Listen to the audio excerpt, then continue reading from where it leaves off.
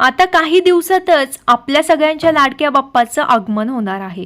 गणेश चतुर्थी म्हटलं की घरात एक वेगळाच उत्साह असतो। घराची स्वच्छता, सजावट, बाप्पांची मूर्ती, नैवेद्य, आरती सगळं अगदी आनंदानं केलं जातं।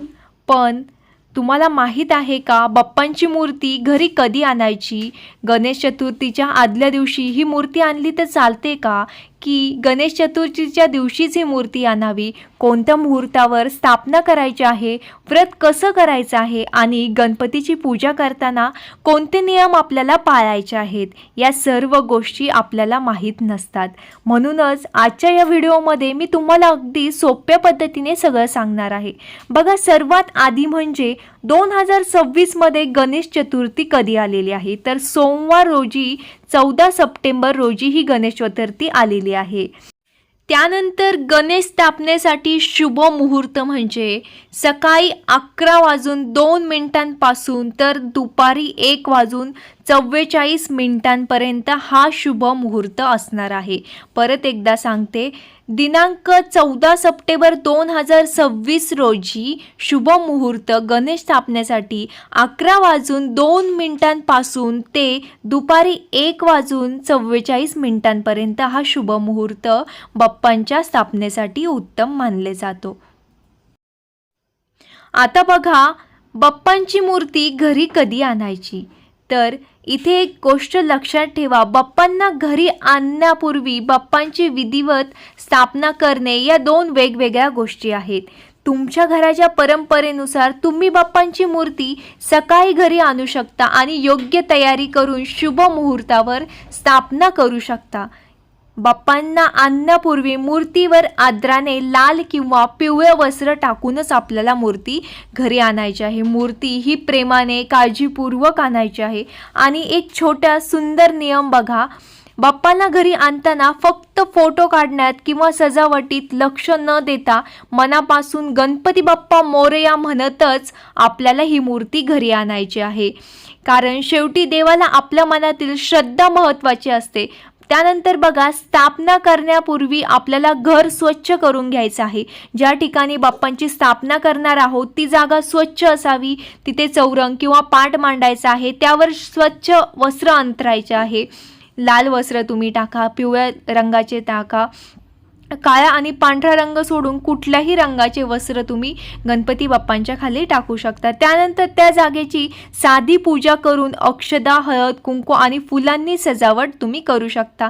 आता बघा, बाप्पाची मूर्ती चौरंगावर ठेवताना घाई करायची नाही। मूर्ती व्यवस्थित स्थिर ठेवायची आहे आणि आपण जेव्हा मूर्ती ठेवणार असतो त्याच्या खाली तांदळाने आपल्याला पहिले स्वस्तिक काढायचे आहे, त्यावरती हळद कुंकू वाहायचे आहे आणि त्यावरती गणपतीची स्थापना करायची आहे।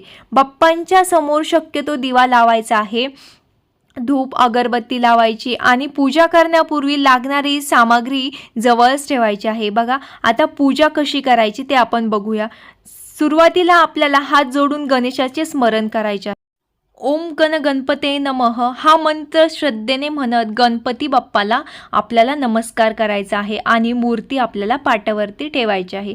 त्यानंतर बघा, मूर्तीला गंध, अक्षदा, हळद, कुंकू, फुलं आणि दुर्वा अर्पण करायचे आहेत। गणपतीला दुर्वा अतिशय प्रिय आहेत, त्यामुळे शक्य असल्यास दुर्वा अर्पण कराव्यात। त्यानंतर बाप्पाला नैवेद्य दाखवा। मोदक असतील तर उत्तमच, पण प्रत्येकाच्या घरी बघा मोदक असतात असे नाही। अशा वेळी कुठला तरी गोड पदार्थ तुम्ही नैवेद्य म्हणून दाखवू शकता। त्यानंतर बघा, त्यानंतर गणपती बाप्पाची आरती म्हणायची आहे। संपूर्ण आरती आपल्याला गणपती बाप्पाची म्हणायची आहे। आणि त्यानंतर आपल्याला सर्वात महत्त्वाचं म्हणजे हे व्रत कसे करायचे, म्हणजे उपवास कसा करायचा आहे। तर उपवास आपल्याला जोपर्यंत आपण गणपती बाप्पा आपल्या घरामध्ये बसवत नाही, त्याची स्थापना करत नाही, तोपर्यंत उपवास धरायचा आहे।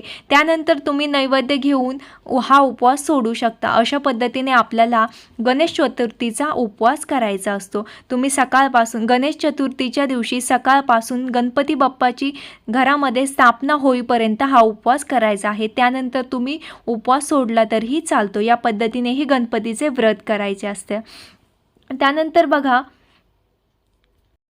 या 10 दिवसांमध्ये आपल्याला अथर्वशीर्ष म्हणायचं आहे, गणपती स्तोत्र किंवा गणपतीचा मंत्र जप करायचा आहे. तुम्हाला वेळ असेल तर सकाळी आणि संध्याकाळी आरती करायची आहे. बाप्पाच्या पूजेमध्ये एक महत्त्वाची गोष्ट म्हणजे नैवेद्य आधी बाप्पाला अर्पण करून नंतरच प्रसाद घ्यायचा आहे. आता बघा, गणपती बाप्पा घरी आणताना कोणते नियम आपल्याला पाळायचे आहे. सर्वात पहिली गोष्ट म्हणजे मूर्ती स्वच्छ, सुरक्षित आणि श्रद्धेने आणायची आहे. दुसरी गोष्ट म्हणजे मूर्ती ठेवण्याची जागा आधीच तयार करून आपल्याला ठेवायची आहे. तिसरी गोष्ट म्हणजे बाप्पाची स्थापना केल्यानंतर घरातील प्रत्येकाने मनापासून दर्शन घ्यावे. आणि चौथी सर्वात महत्त्वाची गोष्ट म्हणजे गणपती उत्सवात दिखावा करण्यापेक्षा भक्तीला महत्त्व द्या. मोठी सजावट केली नाही तरी चालेल, महाग नैवेद्य केला नाही तरी चालेल, पण बाप्पांसमोर बसून 2 मिनिटं मनापासून प्रार्थना करावी, तीच खरी पूजा आहे. त्यानंतर बघा, गणपती बाप्पाची मूर्ती आपल्याला किती दिवस घरी ठेवायची आहे, बाप्पाला किती दिवस घरी ठेवायचं आहे, यासाठी प्रत्येक घराची परंपरा वेगळी असते. बघा, काही जण 1.5 दिवसाचाच गणपती बाप्पा बसवतात, काही 3 दिवसाचे बसवतात, काही 5 दिवसांचे बसवतात, काही ठिकाणी 7 दिवसांचा गणपती बाप्पा बसवले जातात, तर काही ठिकाणी अनंत चतुर्दशीपर्यंत गणपती बाप्पांची सेवा करतात. म्हणून आपल्या घराची जी परंपरा आहे तीच आपल्याला श्रद्धेने पाळायची आहे. जेवढा दिवस आपल्या घरी गणपती बाप्पा बसवले जातात तेवढाच दिवस आपल्याला ही सेवा करायची आहे. अशा पद्धतीने आपल्याला गणपती बाप्पाची स्थापना करायची आहे, गणपती बाप्पाचे व्रत करायचे आहे, पूजा करायची आहे, नियम पाळायचे आहे. तर सर्व या गोष्टी मी या व्हिडिओमध्ये सांगितल्या आहे. व्हिडिओ आवडल्यास लाईक करा, चॅनलला सबस्क्राईब करा. श्री स्वामी समर्थ.